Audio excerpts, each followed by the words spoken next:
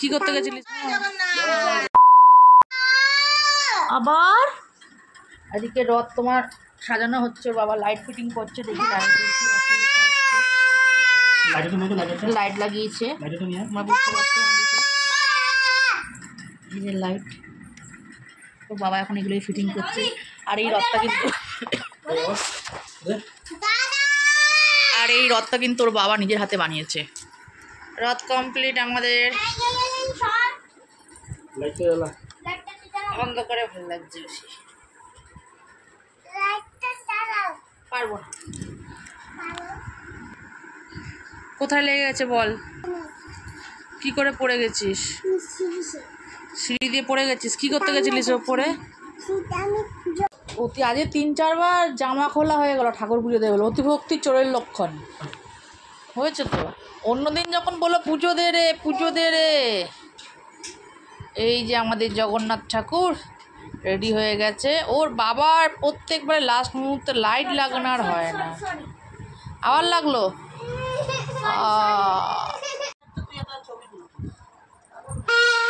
আর এই যে আমাদের রথ কেমন লাগছে দেখো। আর এই হচ্ছে আমাদের নাড়ু গোপাল।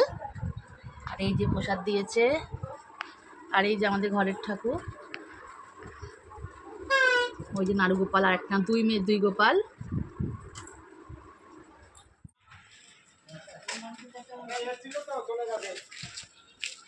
এখন লাইটগুলো বন্ধ করে দাও।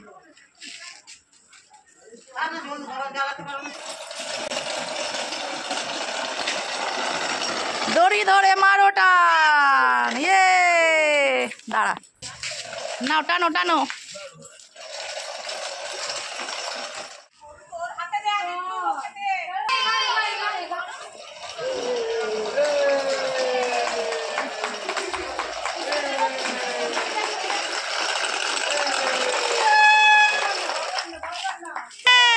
ছেড়ে দে বৌদি, আরে ছেড়ে দে। চলো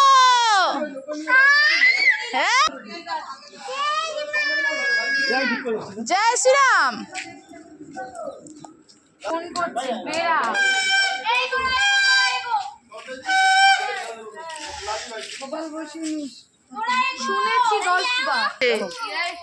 অনেক প্রসাদ দিয়েছে। ধরো ধরো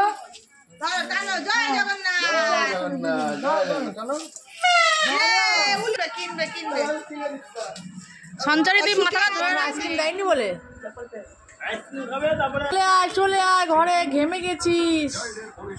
হয়েছে ওই বরকি নিয়ে গেছে রথ। সাবুর পাপড় রেডি হয়ে গেছে। চলো চলো চলো চলো চলো চলো। ও গরম গরম।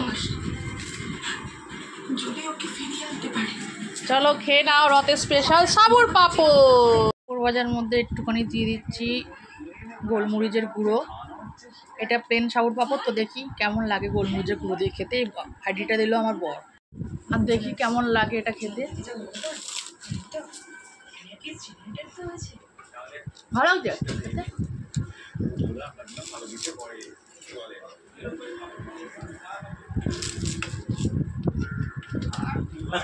আইডিয়াটা ভালো, গোলমরিচ দিয়ে পাপড় খাওয়া। ওটা ঘরে ভাজা আমার ঘরে ঘরের গোলমরিচ।